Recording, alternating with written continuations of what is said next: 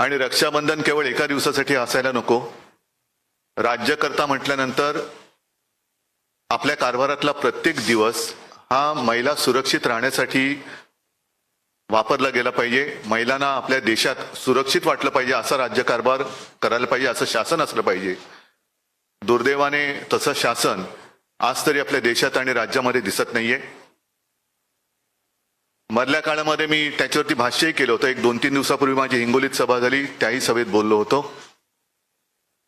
कारण मी बातमी वाचली होती की खास करून भारतीय जनता पक्षाच्या कार्यकर्त्यांना सांगितलं गेलं होतं की मुस्लिम महिलांकडनं राखी बांधा, आणि तोच धागा म्हणजे रक्षाबंधनाचा धागा वेगळा आणि या बातमीचा धागा वेगळा. मी असं म्हटलं होतं की सुरुवात करायची असेल तर बिल्किस बानोकडनं करा. आणि मणिपूरमध्ये या 2 महिलांची धिंड ज्या पद्धतीने काढली गेली,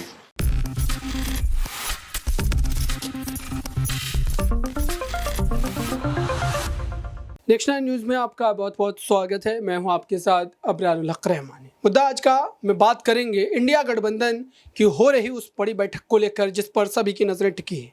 अभी तक जो सूत्रों के हवाले से खबर मिली है वो काफ़ी ज़्यादा चौंकाने वाली है। दरअसल संयोजक को लेकर, पीएम चेहरे को लेकर लगातार तनातनी की स्थिति बनी हुई है, लेकिन इन तमाम मुद्दों पर हम बात बाद में करेंगे। पहले आपको ये खास रिपोर्ट एक बार इंडिया गठबंधन से जुड़ी हुई ज़रूर देख लेनी चाहिए। शरद हमारे अशोक चौहान जी आपसे वार्तालाप करेंगे। इंट्रोड्यूस हमारे मित्र संजय राउत जी ने आप लोगों को कराया है। मैं ज़्यादा वक्त नहीं लेते हुए अशोक जी आपसे बात करेंगे। आदरणीय शरद पवार जी, आदरणीय उद्धव ठाकरे जी, आदरणीय नाना पटोले जी, मंच पे बैठे हुए हमारे एमवीए के महाविकास आघाड़ी के सभी हमारे नेतागण, आज के इस प्रेस कॉन्फ्रेंस में आए हुए हमारे सब पत्रकार भाई बहनों, इलेक्ट्रॉनिक मीडिया, प्रिंट मीडिया के हमारे सभी साथी, कांग्रेस, राष्ट्रवादी कांग्रेस और शिवसेना के बैठे हुए हमारे सभी नेतागण और दोस्तों, जैसे कि आप जानते हैं कि सबसे पहले तो मैं आप सबको रक्षाबंधन की शुभकामनाएं देता हूं।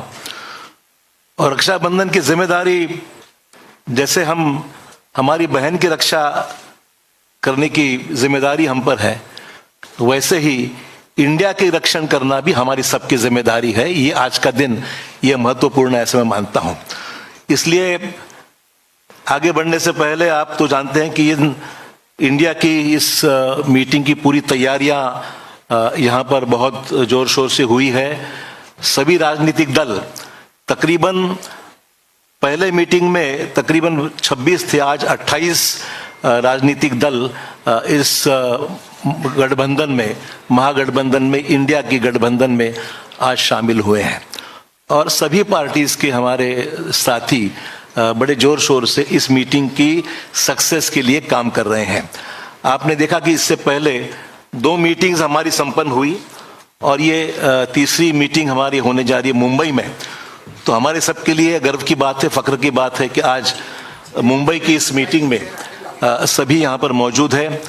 छत्रपति शिवाजी महाराज की ये जन्मभूमि है, संत महात्माओं की ये जन्मभूमि है और शाहू फुले अंबेडकर की विचारों की ये महाराष्ट्र है।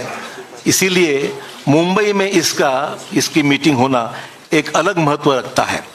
छत्रपति शिवाजी महाराज ने धर्मनिरपेक्षता और कल्याणकारी राज्य के एक महान प्रतीक उनकी इमेज रही है। संत महात्माओं ने दिया हुआ मानवता और भाईचारे का संदेश हमेशा महाराष्ट्र ने अपनाया है, उससे आगे हम बढ़े हैं। और इसीलिए शाहू फुले अंबेडकर की विचारधारा को लेकर इंडिया आगे बढ़ने का हमारा सबका उद्दिष्ट है, प्रयास है।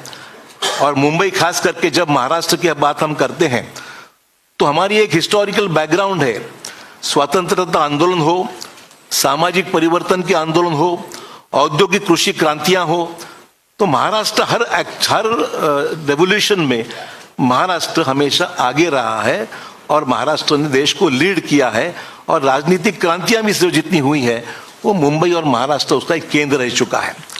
दोस्तों, आज सबसे अहम मसले हमारे सामने हैं जो हम देखते हैं कि महंगाई, बेरोजगारी जैसे मुद्दे पे हम लोग आवाज हमेशा उठाते आ रहे हैं। सभी राजनीतिक दल, आज आपने देखा कि अगर पिछला इतिहास हम देखेंगे तो 2019 की जो चुनाव हुए थे उसमें ये सभी महागठबंधन में जितनी हमारी साथी पार्टीज शामिल हुई है, सब ने मिलकर 23 करोड़ 40 लाख वोट्स लोगों ने उनको दिए थे 2019 के चुनाव में, और बीजेपी को उस चुनाव में 22 करोड़ 90 लाख वोट मिले थे। तो आप समझ सकते हैं कि इंडिया में शामिल हुए जितने पार्टी, सिर्फ एक ही बात थी कि अलग अलग होने से। तो आपने देखा दर्शकों, दरअसल इस समय मुंबई में हो रही उस बैठक पर सभी की नजरें इसलिए भी टिकी है क्योंकि इसका सीधा असर 2024 के चुनाव पर पड़ेगा। इंडिया गठबंधन के इस बड़ी बैठक पर एनडीए पूरी तरीके से नजरें गड़ाए बैठा है। मेरे साथ बात करने के लिए पंच मौजूद है इस खास मुद्दे पर। क्या लगता है आपको कि इंडिया गठबंधन क्या आज जो है उस पूरे मामले पर यह तय कर पाएगा कि पीएम फेस कौन होगा, किसे संयोजक बनाया जाएगा, क्या सहमति बनती हुई नजर आ सकती है? देखिए अब्रार, फिलहाल तो यहाँ पर वो स्थिति साफ दिखाई नहीं दी है, लेकिन ये बैठक जब हो जाएगी, इस बैठक के बाद आखिरकार क्या कुछ समीकरण बनते हुए नजर आएंगे, उसके बाद हम दूसरी बैठक को लेकर अंदेशा कहीं ना कहीं लगा सकते हैं कि इस बड़ी बैठक में वाकई में कुछ जरूरी फैसले लिए जा सकते हैं। क्योंकि यहाँ पर संयोजक की बात आपने कही, पीएम पद की उम्मीदवारी की बात कही, लेकिन यहाँ पर देखा जाए एक और बात जो निकलकर सामने आती है वो है कोऑर्डिनेशन कमेटी के चेयरपर्सन को लेकर। तो इसमें यहाँ पर नेताओं ने जो नाम आगे रखा है वो सोनिया गांधी का नाम आगे रखा है, या फिर सोनिया गांधी की तरफ से किसी अन्य नाम को पेश किया जाए, उसको फाइनलाइज किया जाएगा। तो अभी फिलहाल यहाँ पर सोनिया गांधी के फैसले का इंतजार किया जा रहा है और संयोजक के रूप में नीतीश कुमार का नाम सामने आता है। तो ऐसे में देखा जाए अब्रार, यहाँ पर ये तमाम ऐसे जो राजनीतिक मुद्दे हैं वो निकलकर सामने आ रहे हैं। आखिरकार सोनिया गांधी अगर चेयरपर्सन बन जाती हैं तो वाकई में यहाँ पर इस गठबंधन को एक और नई दिशा मिलती हुई नजर आएगी, क्योंकि वह कांग्रेस की राष्ट्रीय अध्यक्ष भी रह चुकी हैं। अब देखते हैं कि सोनिया गांधी का फैसला क्या होता है, नीतीश कुमार का क्या कुछ होता है, क्योंकि यहाँ पर सभी दिग्गज नेताओं की सहमति से ही पीएम पद की उम्मीदवारी के लिए नेता का नाम डिसाइड किया जाएगा। तो ऐसे में मुझे नहीं लगता कि महज 2 दिन में ही यहाँ पर वो नाम फाइनलाइज हो जाए, क्योंकि लोकसभा चुनाव में भी काफी लंबा वक्त बाकी रह गया है। लेकिन ये जरूर हो सकता है कि इससे आने वाले समय में जो बैठकें की जाए, उन बैठकों के बाद शायद कोई अहम फैसला लिया जा सके, क्योंकि यहाँ पर इस वक्त अरविंद केजरीवाल भी चर्चा का विषय बन चुके हैं। आम आदमी पार्टी कहीं ना कहीं इस गठबंधन से देखा जाए तो इतर भी नजर आ रही है, क्योंकि यहाँ पर बात पीएम पद को लेकर है। अब देखते हैं कि आज की बैठक के बाद क्या कुछ निष्कर्ष सामने आता है। बिल्कुल जो है ये देखने वाली बात होगी, लेकिन एक बड़ा सवाल ये भी है कि उत्तर प्रदेश में भले ही अखिलेश यादव साथ में हो, लेकिन मायावती जैसा बड़ा चेहरा उनके साथ नहीं है। तो ऐसे में क्या उत्तर प्रदेश में सीटों के लिहाज से जो सबसे बड़ा राज्य है, क्या वहाँ पर इंडिया गठबंधन को कहीं ना कहीं नुकसान हो सकता है? क्योंकि मायावती के साथ एक बड़ा वोट बैंक है, भले ही सीटों के लिहाज से देखा जाए तो कमजोर नजर आते हैं। इस पर आपके क्या? देखिए फिलहाल हाल ही में जो खबर सामने आई थी उसके मुताबिक ये कहा गया कि मायावती गठबंधन की तरफ रुख कर रही हैं और उन्होंने शर्त रखी है कि 80 में से 40 लोकसभा सीटें उनके खेमे की तरफ होनी चाहिए। लेकिन इसके बाद सोशल मीडिया पर उन्होंने ट्वीट किया है और उन्होंने साफ तौर पर कहा है नो फेक न्यूज प्लीज, यानी कि मीडिया से उन्होंने अपील की है कि फेक न्यूज नहीं चलानी है। उन्होंने निष्कर्ष यहां पर दे दिया है, उन्होंने साफ कर दिया है कि लोकसभा और 4 राज्यों के विधानसभा चुनाव अभी वह अकेले ही लड़ने जा रही हैं।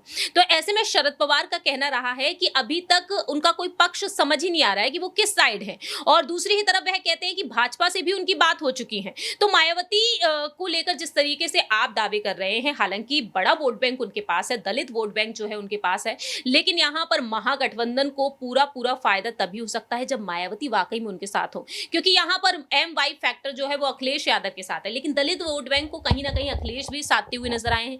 लेकिन ऐसे में देखा जाए एक बड़ा वोट बैंक जो है वो बीजेपी खेमे की तरफ ही है। तो ऐसे में देखा जाए कहीं ना कहीं गठबंधन में अब देखा जाए एक गठबंधन से जो बड़ी उम्मीद है वो कहीं ना कहीं भारत जोड़ो यात्रा के जरिए भी हो सकती है, क्योंकि भारत जोड़ो यात्रा 2.0 की शुरुआत 2 अक्टूबर से हो सकती है, ये कहा जा रहा है। और इस बार राहुल गांधी भारत जोड़ो यात्रा का अब उत्तर प्रदेश में भारत जोड़ो यात्रा लंबे समय तक निकालते हुए नजर आएंगे। तो मुझे लगता है कि कहीं ना कहीं उस दौरान यहाँ पर कांग्रेस के चलते एक बड़ा वोट बैंक यहाँ पर उभरता हुआ नजर आ सकता है। बिल्कुल देखना होगा दर्शकों कि ये बड़ी बैठक के बाद किस तरीके से हालात बदलते हैं 2024 को लेकर, और एनडीए के लिए कितनी बड़ी चुनौती पैदा होती है। इस खास रिपोर्ट में बस इतना ही। जुड़े रहिए बड़ी खबरों के लिए नेक्स्ट 9 न्यूज़ के साथ।